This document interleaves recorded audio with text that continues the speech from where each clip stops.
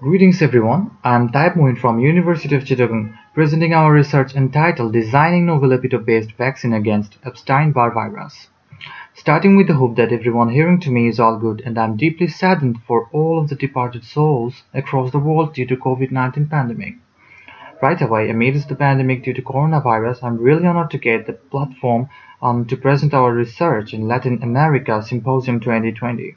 Today, I'm going to present our research, which is based on vaccine informatics, and we have designed a vaccine against another prevalent virus named Epstein-Barr virus, abbreviated as EBV.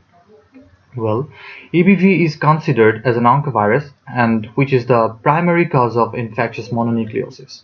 Despite harming millions of individuals each year, there is still no effective vaccine available for protection against this virus.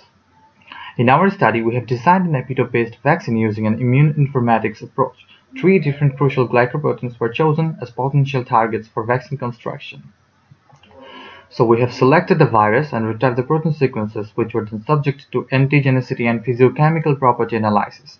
Then, the most important part of research, T-cell and B-cell epitope prediction, was performed. However, we have considered the best selected epitopes based on several criteria including antigenicity, non-allergenicity, non-toxicity, and conservancy of the epitopes. Well, after the vaccine is constructed, it was gone through physiochemical property analysis, validation, and refinement of the vaccine. Following that, molecular docking, molecular dynamic simulation, and immune simulation studies were conducted, and finally it was taken for codon adaptation and in silico cloning. We've constructed our vaccine using the most promising epitopes, which resulted in a very good physiochemical property. Then the molecular dynamics simulation wound up with an impressive result, yielding a very strong interaction between the toll-like receptors and the vaccine construct that are clearly seen in the figure here.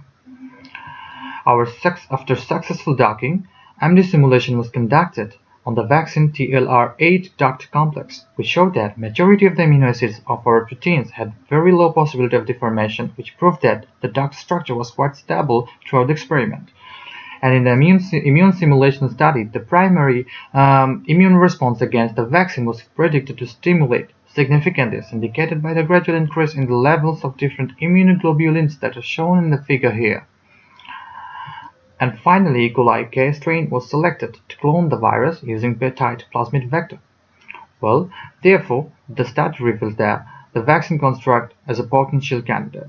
We hope that inhibition of the selected proteins of the virus will consequently halt the viral entry, and thus the life cycle of the virus will be prohibited. Thank you all, and special gratitude to the organization for arranging such effective events so far.